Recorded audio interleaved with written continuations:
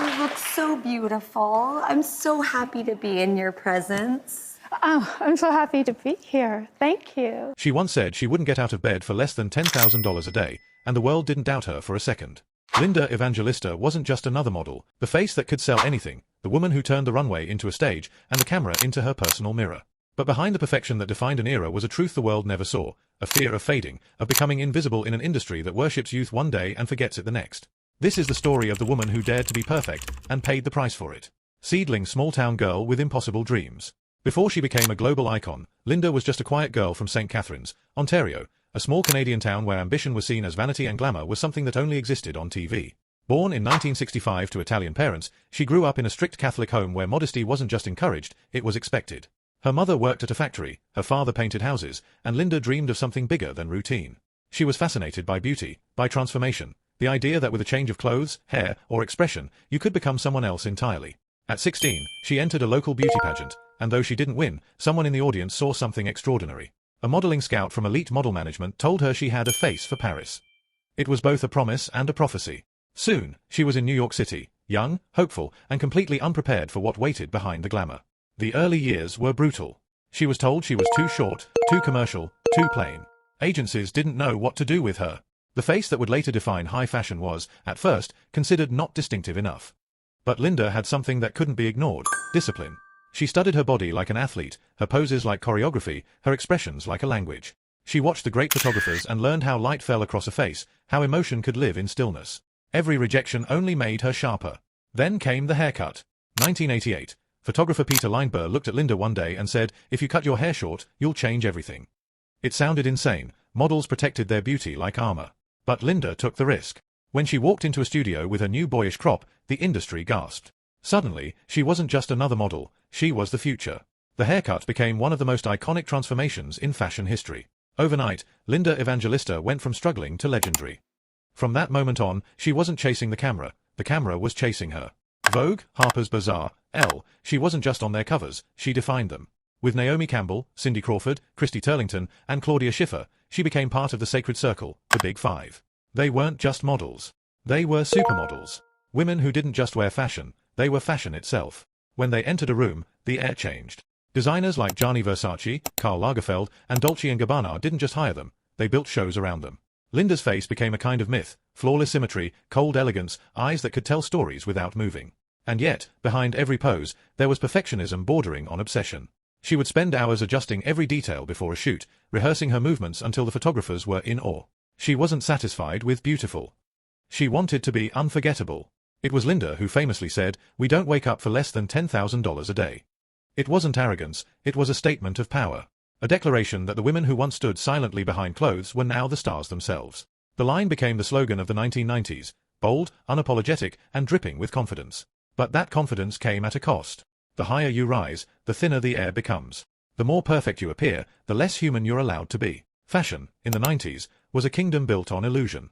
And Linda Evangelista was its queen. But every kingdom needs sacrifice, and in this world, the price was identity. Behind the flashing lights and champagne after-parties, Linda began to feel trapped by the image she had created. The face that made her famous now felt like a mask. She once said that every photo shoot was like stepping into a new role, the diva, the goddess, the mystery. But when the cameras turned off, she wasn't sure who she was anymore. She had become both product and perfection, and that's a prison with velvet walls. The 90s were her reign. The golden age of the supermodel, and Linda was at the very top. But time, as always, has its own plans. Beneath the applause, whispers were already starting. Younger models, changing trends, new faces. The machine that created Linda Evangelista was already preparing for its next obsession. And soon, the woman who had conquered beauty would face the one thing she couldn't control, its inevitable expiration. Because in fashion, the spotlight never stays still. And for Linda Evangelista, it was about to turn cold. By the early 1990s, Linda Evangelista wasn't just famous, she was untouchable. The world called her the chameleon, the woman who could become anyone. Blonde, redhead, brunette, she changed her look like the seasons, and every transformation became a headline. But behind that ever-shifting beauty was a woman trapped inside her own reflection. The camera worshipped her, the industry demanded her, and Linda gave it everything. Every breath, every angle, every ounce of control. Yet beneath the glitter and perfection, something was quietly breaking. Because when the world calls you flawless, you start to believe that any imperfection is a sin. The 90s fashion world was a machine, glamorous on the outside, ruthless on the inside. Days began before sunrise and ended long after midnight. Backstage chaos, sleepless flights, fittings that lasted for hours. There was no time for rest, no space for weakness. Models were expected to be art, still, silent, and perfect. Linda was known as the professional among professionals. She arrived early, never complained, and worked harder than anyone else. Photographers adored her discipline. She studied light, memorized poses, controlled every detail. She could switch emotions in a blink, joy, sorrow, seduction, mystery, all captured in a single frame. But that mastery came at a cost. There was no room for mistakes. No room for softness. She once said, "When I'm working, I'm not myself. I become the person they want me to be." And slowly, the line between Linda the woman and Linda the image began to blur. Fame, especially in fashion, is fragile. One wrong picture, one new face, one wrinkle, and the crown slips. The same photographers who once adored her now whispered about new energy and younger looks. Agencies pushed for thinner frames, sharper angles, fresher faces. Linda fought back with the only weapon she had, control. Diets, workouts, treatments. She became her own sculptor, chiseling herself into perfection, terrified of time's slow march. The girl from Ontario had built her identity on being flawless, and now, even the slightest change felt like failure. There's a kind of madness that comes with being seen as divine, a quiet, invisible pressure that says, you must never age, you must never change, you must never fade. And Linda believed it. She had to. Because in the world she lived in, beauty wasn't a gift, it was a job. And jobs can be taken away. By the late 1990s, everything began to shift. The supermodel age, that golden moment when beauty ruled the world, started to fade. Reality TV, pop stars, and movie celebrities began to replace models on magazine covers. Fashion wanted relatable. It wanted real people. And the word supermodel suddenly felt outdated. The faces that once defined the decade, Linda, Naomi, Cindy, Christy, all began to step back. Campaigns dried up. The phone stopped ringing. The industry that had built them was now hungry for something new. Linda tried to hold on, a few campaigns, a few quiet comebacks, but something inside her was changing. After years of existing in front of lenses, she wanted silence. She wanted to disappear. And slowly, she did. From the woman who was everywhere, runways, covers, perfume ads, she became a mystery. A ghost from another era of glamour. The 2000s came, and Linda Evangelista was gone. For most people, fading out of the spotlight means peace. But for someone like Linda, it meant identity loss. Her face had been her currency, her language, her shield. Without it, she was just another person trying to figure out who she really was when no one was watching. She kept her distance from the industry that once worshipped her. Rumors started to spread, where is Linda Evangelista? Why hasn't she been seen? Some said she'd retired. Others said she couldn't face the competition. But the truth was quieter, sadder. She was tired. Tired of pretending, tired of fighting time, tired of trying to be perfect in a world that never forgives imperfection.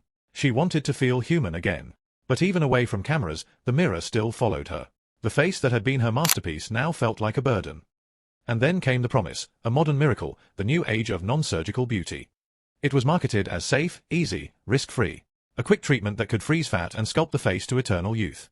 For someone like Linda, disciplined, image-conscious, desperate to maintain the only thing the world valued her for, it sounded like salvation.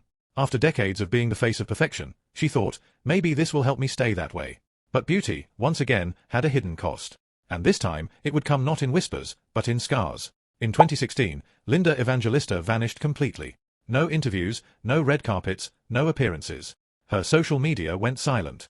Magazines stopped calling. Friends said she refused to leave the house. And then the whispers started again, the cruel kind.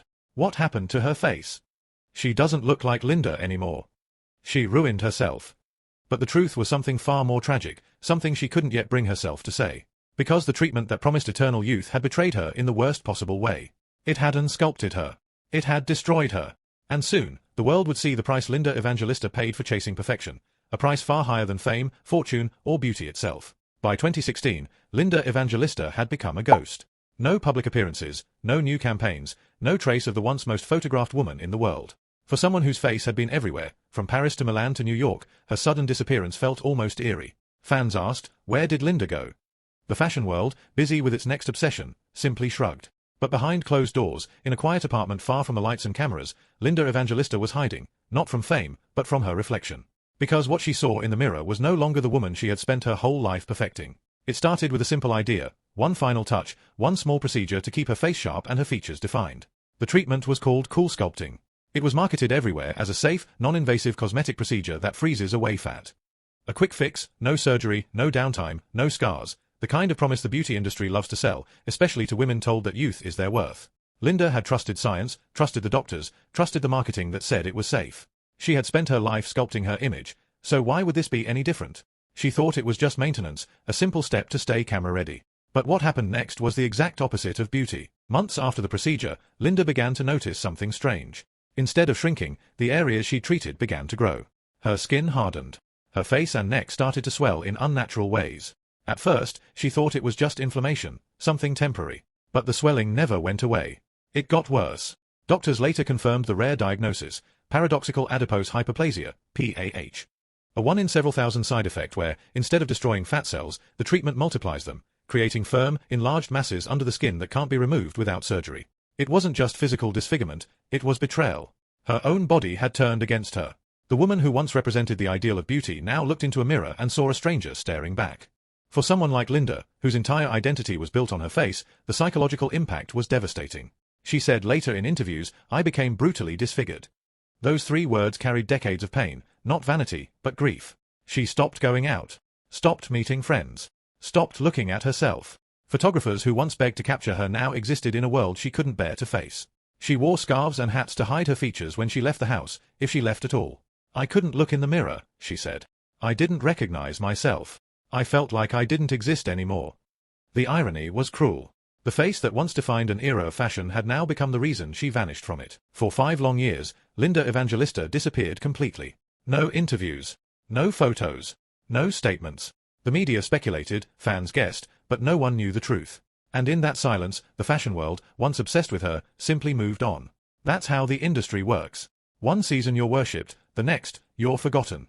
No one stopped to ask what happened to Linda Evangelista, because asking meant confronting the darker side of beauty, the part the industry likes to keep hidden.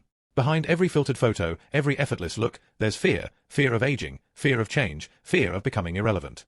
Linda had lived that fear longer than most. And now, she was living its punishment. During those years, Linda described herself as unrecognizable. She hid from cameras, avoided public spaces, and fell into a deep depression. Every mirror became a reminder of what she'd lost, not just her beauty, but her identity, her confidence, her place in the world. The people closest to her said she barely spoke about it. She lived quietly, alone, trapped inside a body she no longer felt was hers. Fashion, once her entire world, now represented her deepest trauma. The woman who once transformed effortlessly in front of lenses could no longer bear the idea of being seen at all. Perhaps the most painful part wasn't the disfigurement itself, it was the silence that surrounded it. The same fashion world that had celebrated her perfection for decades turned its back the moment that perfection broke. No magazine covers, no campaigns, no support. The beauty industry had sold her the illusion of control, and when it shattered, it left her to pick up the pieces alone. It's a cruel irony. The very machine that made her a goddess had no space for her humanity. For years, Linda lived like this, invisible, ashamed, and terrified of ever being seen again. But deep down, a quiet defiance began to grow. The same strength that had carried her from a small-town girl to a supermodel of the world was still there, buried under fear, but alive. And one day, she decided that hiding was no longer an option. If beauty had destroyed her, she would confront it. If the industry had abandoned her, she would speak louder than it ever could. In 2021, Linda Evangelista finally reappeared, not as a model, not as a goddess, but as a survivor. And when she spoke, the world listened. September 2021. After nearly 5 years of silence, Linda Evangelista finally stepped into the light. But not on a runway. Not in a fashion magazine. Not in front of flashing cameras. She came back with a confession. In a heartbreaking Instagram post, Linda revealed to the world why she had disappeared. She wrote that she had been brutally disfigured by a cosmetic procedure called cool sculpting and that she had lived in shame and isolation for years. Her words broke the internet, but more than that, they broke the illusion. Because for the first time in her career, Linda Evangelista wasn't showing perfection. She was showing pain. The post wasn't polished. There were no filters, no professional styling, no soft lighting. Just truth, raw and unedited. She wrote, "I have been left, as the media described, unrecognizable. I have been living in a shell of myself." It was shocking. The woman who once graced 700 magazine covers, whose face defined the 90s, was now confessing that she couldn't even bear to look in the mirror. But what made her words so powerful wasn't the tragedy, it was the courage to own it publicly. She decided to speak not to gain sympathy, but to take back control. For the first time, she was defining herself again, not through beauty, but through honesty. A few months later, Linda filed a $50 million lawsuit against Zeltic Aesthetics, the company behind cool sculpting. She claimed that they failed to warn her about the risks, that the procedure left her disfigured and destroyed her livelihood. The case wasn't just about money, it was about accountability. For decades, the beauty industry had operated like a whisper network, full of promises, light on truth. Women were told procedures were safe, risk-free, revolutionary. Linda's lawsuit ripped the curtain open. It forced the world to see what happens when the pursuit of perfection goes too far. Her courage inspired millions who had suffered silently from botched cosmetic treatments. Suddenly, people everywhere, not just celebrities, began sharing their own stories. Once again, Linda had changed the conversation. But this time, not about fashion, about truth.